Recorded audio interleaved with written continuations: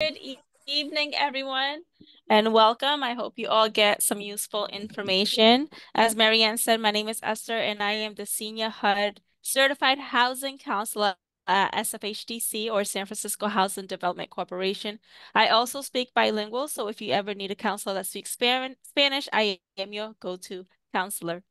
So today we will be going over a couple of topics that will be important. So make sure to get your pens, pencils, some notebooks, anything that you need to write. We will be going over some steps to home ownership. Once again, it's presented by myself, Esther Baez, and then we also have a couple people, my colleagues here. We have Cesar Polito and John Nekar with BMO. And if I am pronouncing your names wrong, I apologize. Next slide, please. Thank you.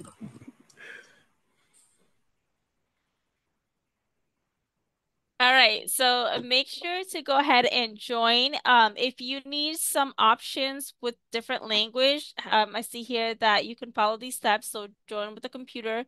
Step one shows the caption. You want to go to the caption. And then step two, you will select caption language. And then that is if you're joining with a computer. Now, if you're joining with a cell phone or a tablet, you want to go to captions. And then enable show captions. Make sure that it turns green. And then caption language. Next slide, please. All right, so who is Homeownership SF? We are a coalition of 5 agencies. We have Asian Inc., SFHDC, Meta, San Francisco LGBT Center, and then Balance. Caesar, I think I'm getting a lot of feedback from yours. If you can mute yourself, please, from your Sure. background. Sorry about that. Okay. Next slide, please. Here at SFHTC, we have 4 core services. We have financial empowerment, real estate development, supportive services, and economic development. You can contact us by phone 415-822-1022. Our website is www.sfhdc.org. And then also the best contact, which actually would be the email, which is fecstaff@sfhdc.org. And I can go ahead and add that at the end to the chat. Next slide, please.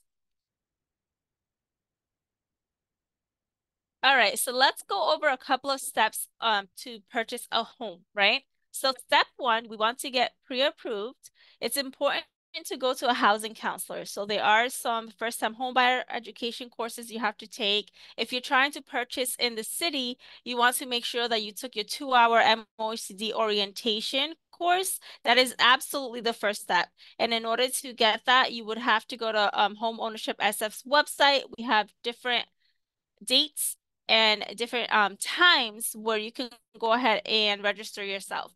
Once you have completed that, you will do your 6-hour workshop, first time homebuyer workshop. It's usually on a Saturday. It all depends on the agency. Just keep in mind that whenever you apply or whenever you register for this 6-hour course, that the agency you do your 6-hour course with is also where you have to do your counseling session. If you or your partner, you or a family member are trying to purchase together, then it is best for you all to go to the same agency. So keep that in mind, because as a household, you will also have to do the 2-hour counseling session with your counselor, and that will complete a total of 10 hours. Then you will get a letter of completion. Everyone calls it a certificate. It's actually called a letter of completion that will help you onto your next process. Your counselor will go ahead and help you onto the next steps in meeting with a lender. So the step 2, get pre-approved by a lender. Step 3 will be find a property. You will need a realtor. Make sure to maybe speak to your friends and family. Sometimes you can actually also ask your lender to see if they have any recommendations. And I would suggest to at least reach out to 3 different realtors as well as 3 different lenders. If purchasing in the city, then we do have a lenders list that you will go by. Next slide, please. All right, so I went over a couple of this stuff, and we'll go over it again. Step one, so get pre-approved. You want to set long-term financial goals. How does owning a home fit into the picture, right? So is this something you and your family really want? Make sure you set goals. Make sure you budget. Make sure you speak to one another because this has to be something that you work as a team. Check your credit. Do you need to improve your score? Do you know your credit score? And I'm not saying Credit Karma. It is a great tool to actually look at and see what your score might be. However, if you actually need a credit pull, a lot of the agencies do a soft pull. We can actually have you on some counseling workshops and then also, so credit workshops, I apologize. And then also you can have a one-on-one session with a counselor that can guide you on how to improve that credit. So if that's a milestone that you're going through, then it's something that you want to tackle before you head on to the other steps. You would like to let your counselor know that you would like to purchase a home and that is your goal. That way we know where to lead you and what resources to give you. What's the next step? We'll create an action plan and make sure that you are going in the right direction. Then you want to save. Do you have funds for a down payment and closing costs? I can't tell you how many times I get a client that comes into our session and I ask them how much they have saved and they say they have nothing. They say, I have nothing. I thought I was coming here and I was getting down payment assistance. And we do have many options for down payment assistance. However, most of the times we do require, lenders do require, the city requires at least 1% or 3% or even more towards your down payment. So keep that in mind. There's also closing costs. So there's always something that you will put out of pocket. And I feel like a lot of our clients kind of have this idea that you will come in and we will automatically fund everything. And unfortunately, that's not the case. Identify your housing priorities. What do you need? What do you need in a home? Okay. What's important for you? Do you need a big bath? Do you need a big bathroom? Do you need three bedrooms? What is it that you actually need in a home? Because this will be important, especially when speaking to your realtor on what you are looking for. Is there a certain community you want to be a part of? Maybe you have children and you have to be next to a certain school. Maybe you have pets, right? Is there a dog park you really like so you can bring your little fluffy? And I don't have fluffies, but I'm sure there's a lot of people that have fluffies and they want to make sure that their fluffies have a fun time in their community as well, right? Next slide.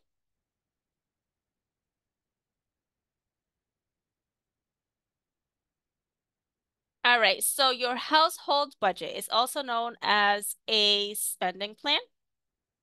So you want to review your budget regularly. How much can you spend on housing expenses and a down payment? You want to make sure that this is realistic also.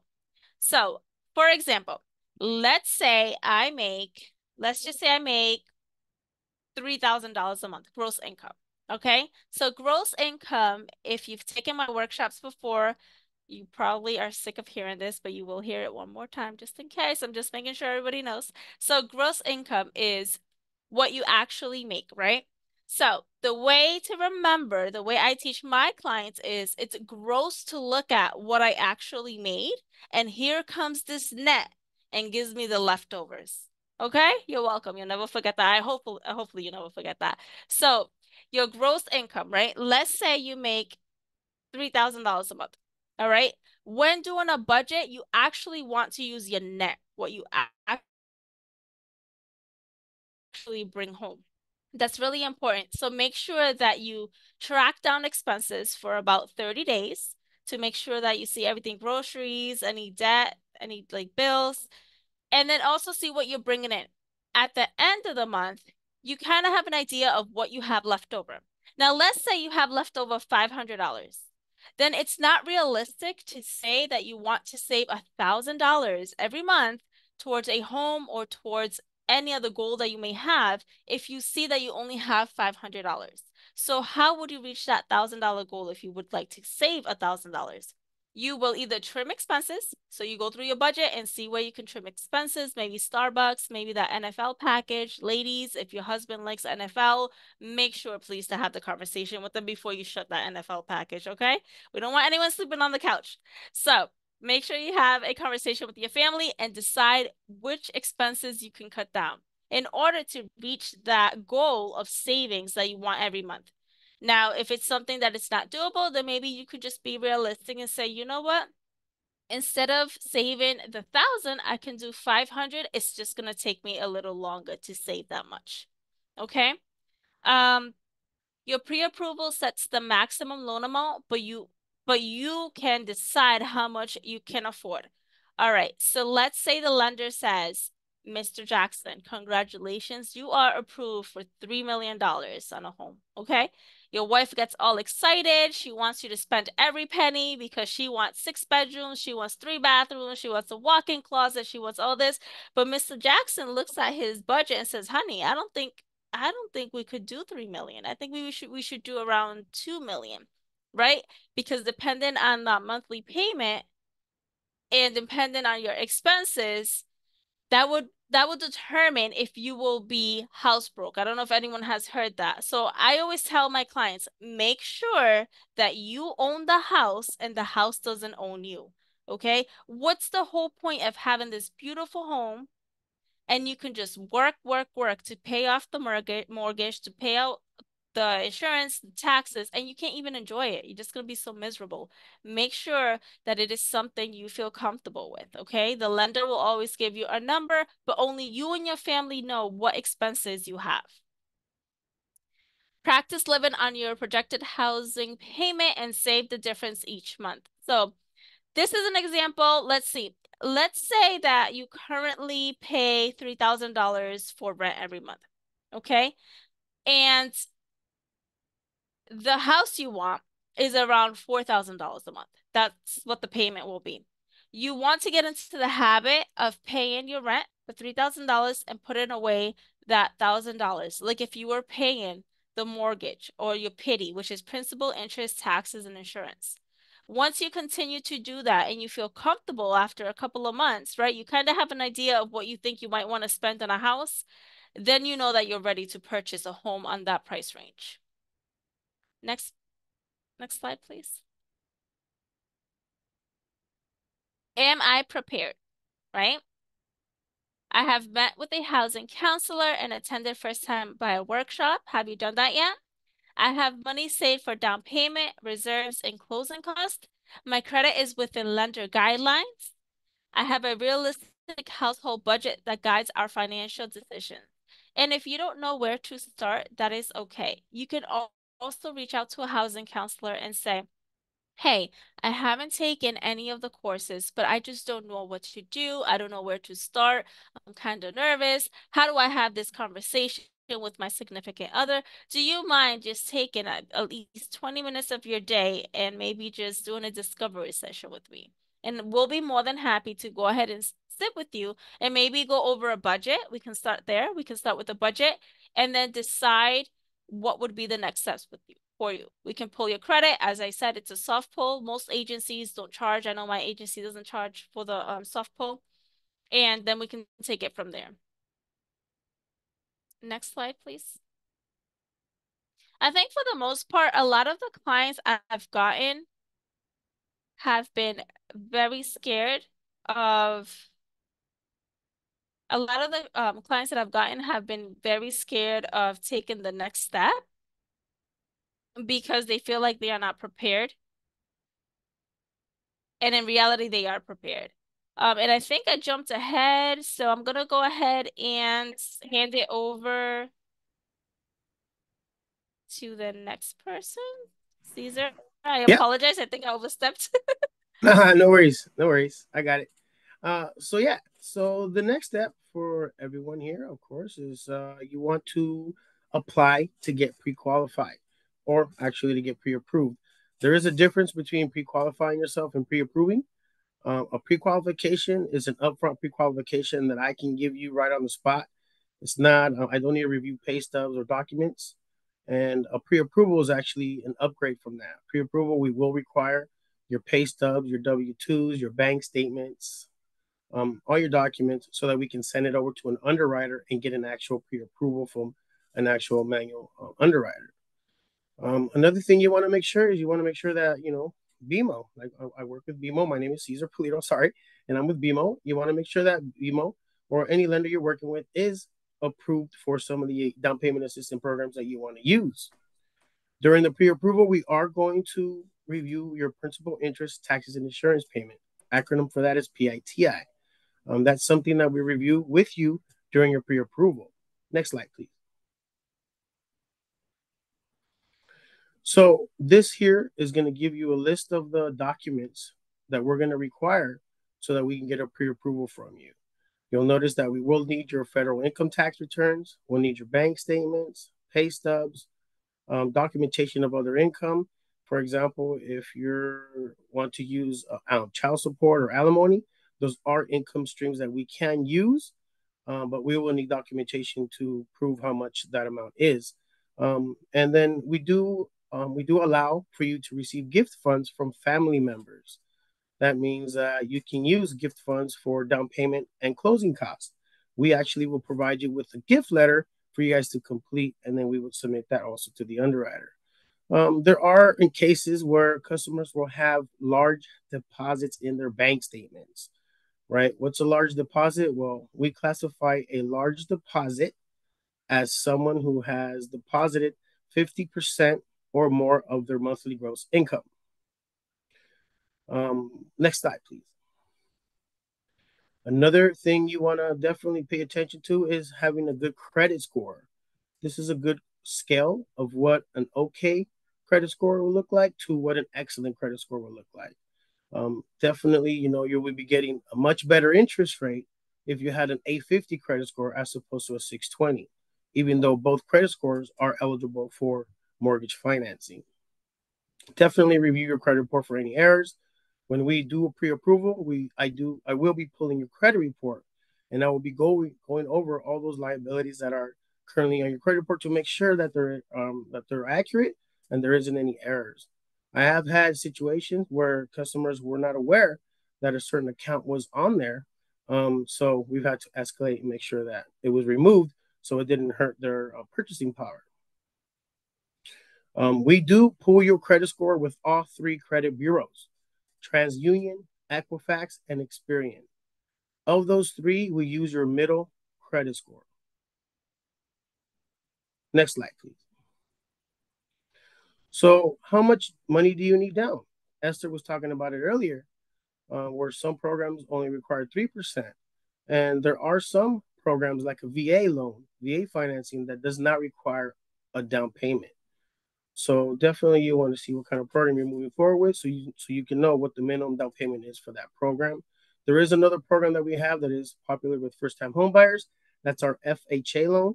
FHA loan requires a minimum down payment of 3.5%. Next slide, please. So when you're buying a house, there are closing costs associated with that transaction. In most cases, there are costs that are split by the seller and the buyer. This is an example of some of the fees that are actually paid by the buyer and some that are paid by the seller. There are some cases where your real estate agent is able to negotiate some seller credit, and that seller credit will pay for your buyer fees as well. And we also have home buyer grants that can cover some of those closing costs as well. I've actually done loans myself where customers have only had to come in with $1,000 of their own money when they're buying a house. Next slide, please.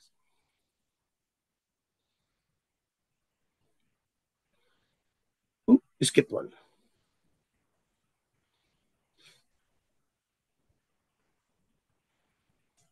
Did you? Okay, so the next thing also will be cash reserves. Now, in most cases, when you're buying a primary single family home, we're not going to require you to have any reserves. Now, having said that, because the lender doesn't require you to have reserves, I would highly recommend that you do have at least 3 to 6 months in reserves, because you never know, what kind of emergency repairs might happen once you move into the house. So it's definitely good to have some reserves, even though the lender is not going to require them of you. Next slide.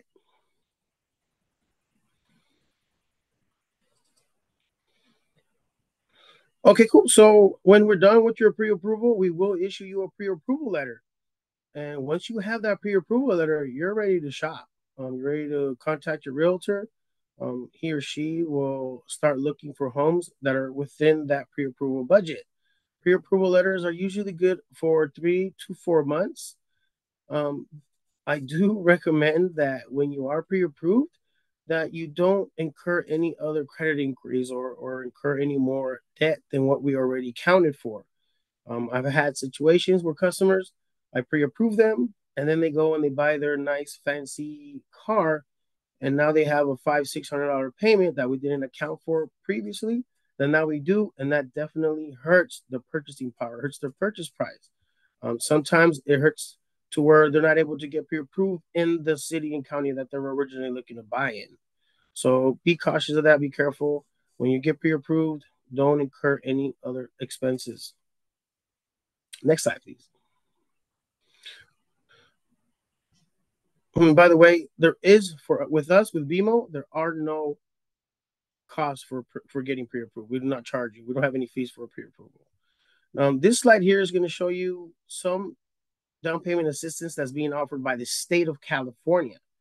One is Wish, IDEA, and the other one is the Golden State Finance Agency Open Doors.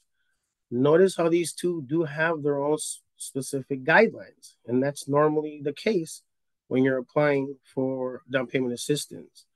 Um, BMO, we actually have a BMO Welcome Home Grant where we offer up to $16,000 for down payment assistance or closing costs, and that's actually free money. It does not have to be repaid back. The next slide here that's going to come up is actually some city homebuyer assistance programs, and these are offered through the city of San Francisco. Next slide, please. These are two programs that the city of San Francisco offers. Um, you notice that one of these are below market rate homeownership programs, and these are great offers and opportunities for you to purchase a home in an area that you otherwise wouldn't have thought you were able to purchase. If you'd like some more details on these programs, I encourage you to enroll or register for yourself on the upcoming homebuyer workshop that they're having on the 18th. And I believe that's it for me. The next slide is Esther. Thank you. All right, so step 3, find a property. Keep at it. Don't get discouraged. There are many properties out there. So if for any reason you are not able to get into your home or the home that you thought was for you and your family, we don't want you to get discouraged. There's many other options out there. You can work with your housing counselor. We can look for options. You can work with your realtor. The best way would be to actually work with your realtor. Your realtor will help you write the offer and present it to the seller agent with pre-approval letter and earnest money deposit. So earnest money deposit is basically a deposit in good faith stating like, hey, I like this house. I'm willing to go through with the process. When you have an accepted offer, the realtor will open escrow. Typically, market rate escrow period is 30 days, and then BMR escrow periods is 60 days. Next slide, please. So tips for your search. New construction. That's when going to a new development, bring your realtor to the first visit. So you always want to make sure that your realtor is involved in everything. Do not negotiate anything or do not have any conversations with the seller or the seller's realtor. Disclosure packet. Many sellers will prepare information about the home, including any available inspections for potential new buyers to review. You want to make sure you read everything. If you have any questions, you can always ask your realtor. If you still have any questions and for any reasons you can't reach your realtor, you can always contact your housing counselor. HOA dues or homeowners association dues. A lot of our condos or maybe like gated communities, if you notice, if like on a golf course or gated communities, they have HOA dues or committee. If the HOA dues are below average, check the HOA documents. When was the last reserve study? How well is the building being maintained? Okay. And again, any questions you can always ask your realtor or your housing counselor. Single family home. Buying a detached home doesn't mean you can offer a higher price. You will need to save for all the things an HOA typically covers. So basically, you always want to save. The main thing here is always save, save, save, even when you become a homeowner. Because when you become a homeowner, there will be expenses, right? If anything breaks, you are now the landlord. You cannot call your landlord to fix anything in this home because you are now the landlord. So any maintenance and repairs will come out of your pocket. And typically, we suggest that you save about 1% of the purchase price for you to have enough funds just in case anything does break or if you need any maintenance. Next slide.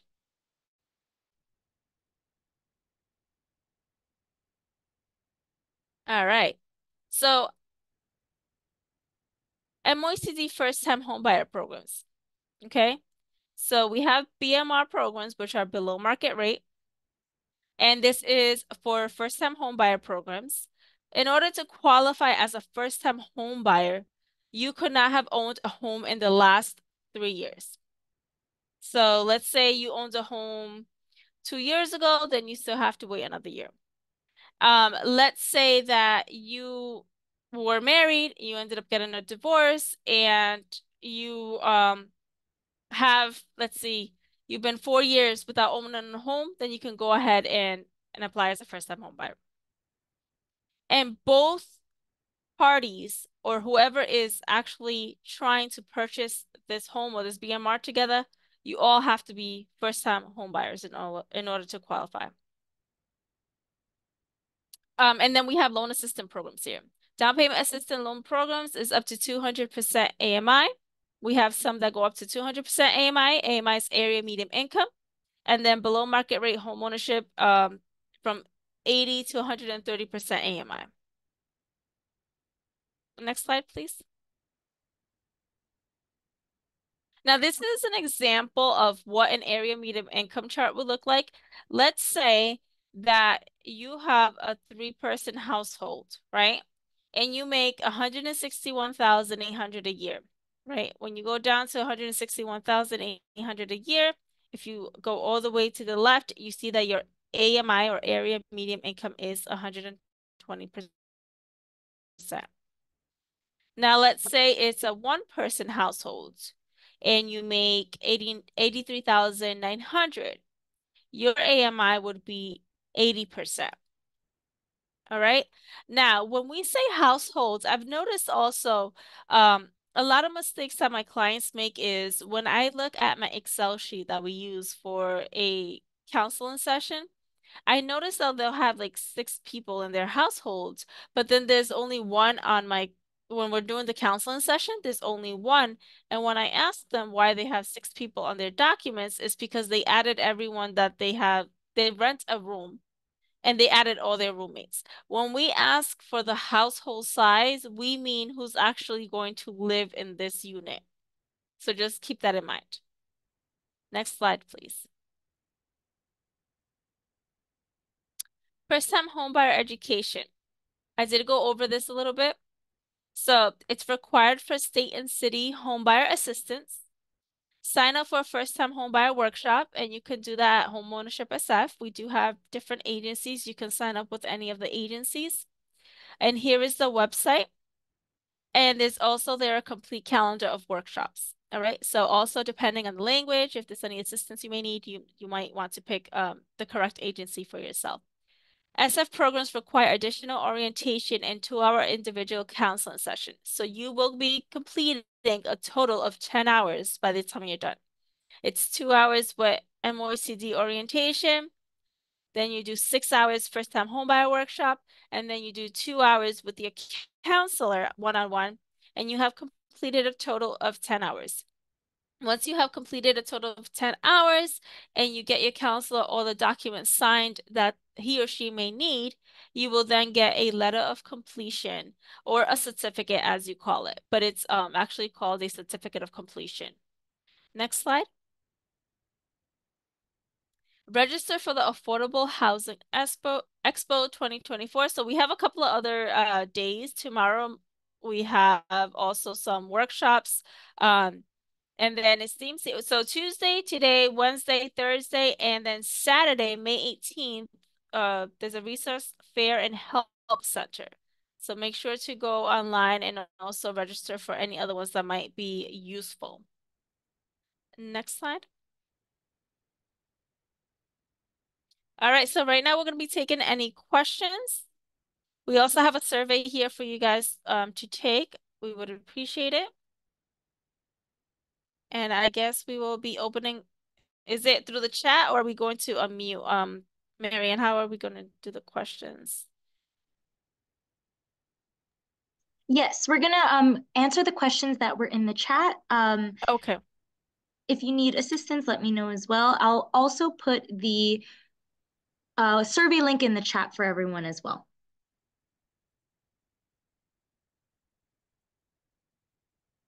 I'll scroll up to the first question I did see. From Syra or Kyra, I'm sorry if I pronounced it wrong. They asked, what is an FHA loan? Caesar, do you want to help with that one? Yeah, sure. FHA stands for Federal Housing Administration. It's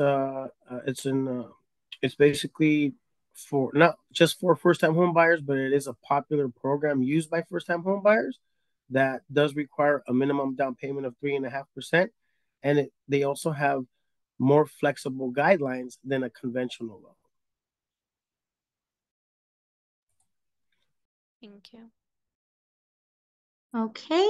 The next question was from HG, the AMI asset determination documentation is confusing as it relates to retirement assets. Can you help clarify if retirement assets that you are not taking distributions on, for example, you are under the age of 59 and a half, are excluded from AMI calculation? I would have to, I would have to actually look more into that, Marianne. I'm not exactly sure how to answer that question unless you can help with it. No problem, Esther. So if you leave your email, let's see, I will message you privately, and if you can leave me your email, I'll get to that question. Who was it? I can look for it. You their can name look is for her. HG.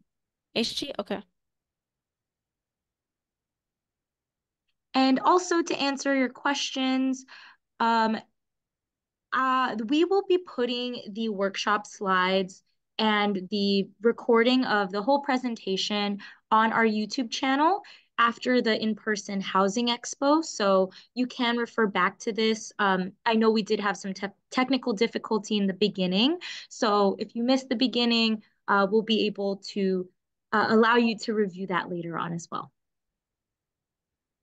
All right, the next question that I see, how is foreign income, such as a fellowship, deposited in foreign bank accounts considered in terms of income limits? So the city wants to see any type of income. I'm not sure if that's what your question is. So any income, even if it's foreign, they would like to see any bank statements internationally. I'm not sure if that's the question.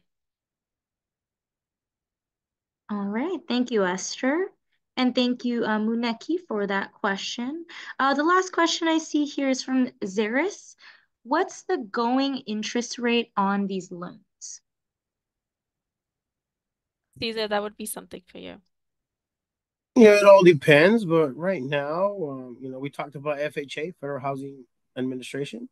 They're offering some very competitive rates. Their rates right now are in the sixes, mid to sixes to high sixes. But of course, like I said, credit does matter. Credit score does matter. So yeah. All right. Were there any other questions from folks in the audience?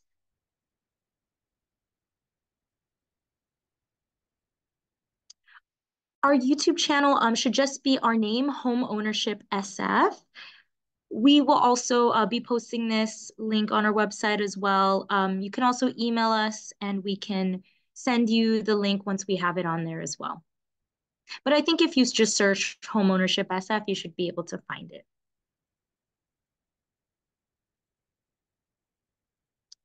Eugen just had a question as well. They asked, what are the credit score limits for FHA loans?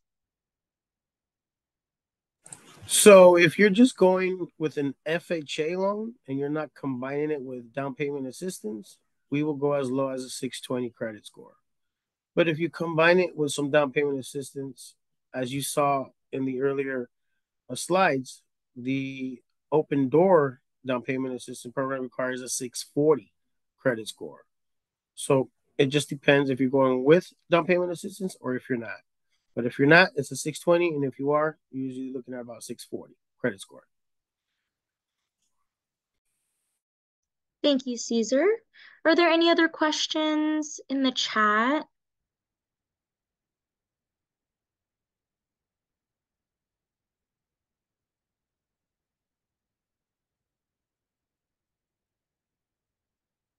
Well, I do want to thank our presenters, Esther, Caesar, and from BMO and SFHDC for their wonderful knowledge.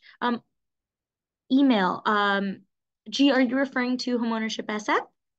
I can put ours in, and then Caesar and Esther, if you'd like to add yours as well so that they can contact you, that'd be awesome. But ours is, I'll put it in the chat as well. Our general info line is info@homeownerships.org. And then thank you, Caesar, for yours as well and for Esther's. You can reach out to us and we can see how we can best assist you. Thank you, Esther and Caesar. All right. If that's all and there's no other questions, that does conclude our workshop for today. Thank you for your patience in us getting everything going. We hope you enjoyed and we hope to see you for the rest of the week and at the in-person expo. All right. Thank you, everyone.